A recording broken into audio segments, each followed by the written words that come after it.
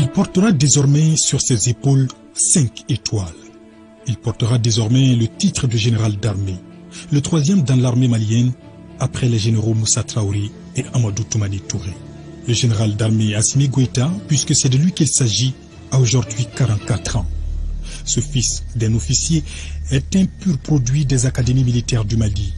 Il est formé notamment au Prytanée militaire de Kati et à l'école inter-armes de Koulikoro. Il choisit de servir dans l'armée de terre, spécialité armes blindées et de la cavalerie.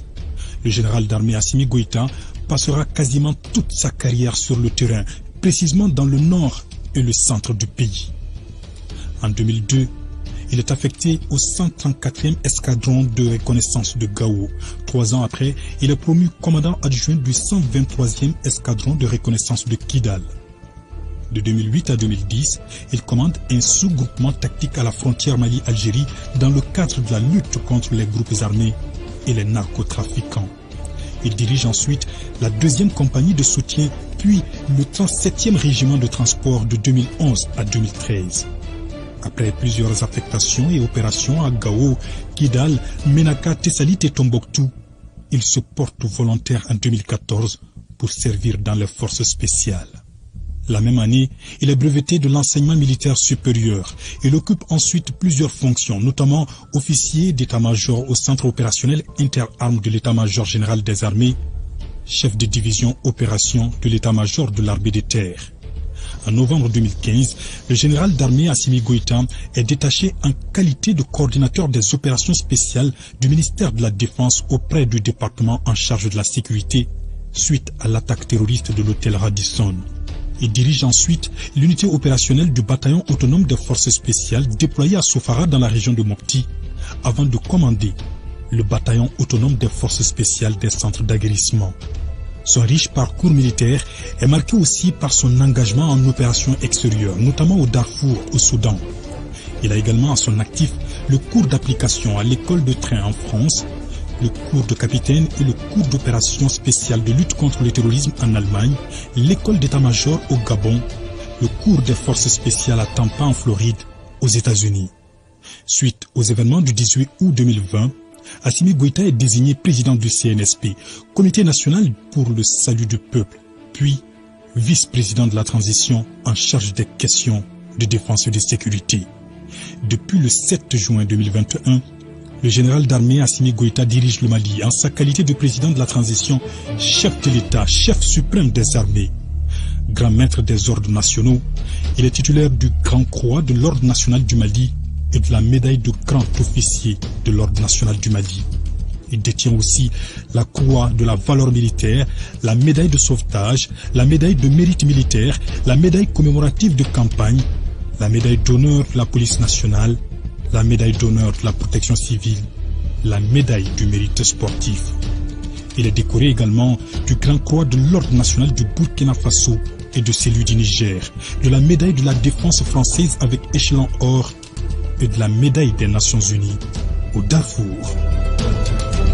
La Confédération de l'Alliance des États du Sahel entre dans sa phase opérationnelle de coordination des actions du développement.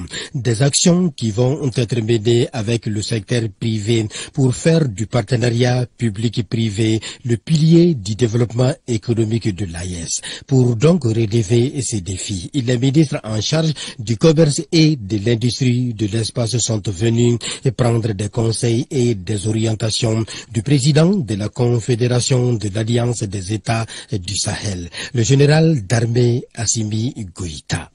Nous sommes passés lui présenter les objectifs de la réunion ministérielle qui doit se tenir demain et qui s'inscrit donc dans le cadre de la mise en œuvre des grandes orientations et des grandes directives que les chefs d'État, la Confédération de l'Alliance des États du Sahel, en juillet dernier à Niamey, ont tracé.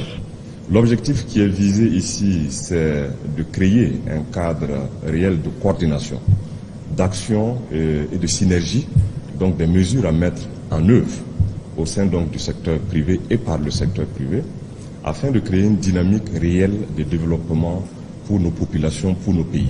Pour les ministres en charge du commerce et de l'industrie de l'AES, cette audience accordée par le président dénote de l'engagement et de la détermination des présidents de l'AES de faire de ce secteur un outil de défense et de développement au grand bonheur des peuples. Donc nous sommes venus répondre à l'appel effectivement qui avait été lancé le 6 juillet 2024 à Niamey par rapport effectivement à la création de la Confédération des États du Sahel.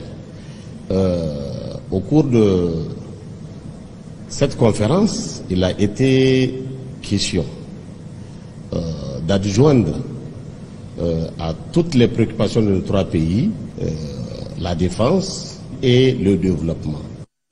Donc, à travers le développement dont il a été question, et nous avons profité aussi de cette visite pour présenter les salutations de deux frères au président de la transition du Mali, le général d'armée Assimi Goïta d'abord, pour tous les efforts qu'il déploie dans le cadre effectivement de cette confédération, et aussi pour le passage dont il vient d'être effectivement reconnu par ses compagnons d'armes au grade de général d'armée.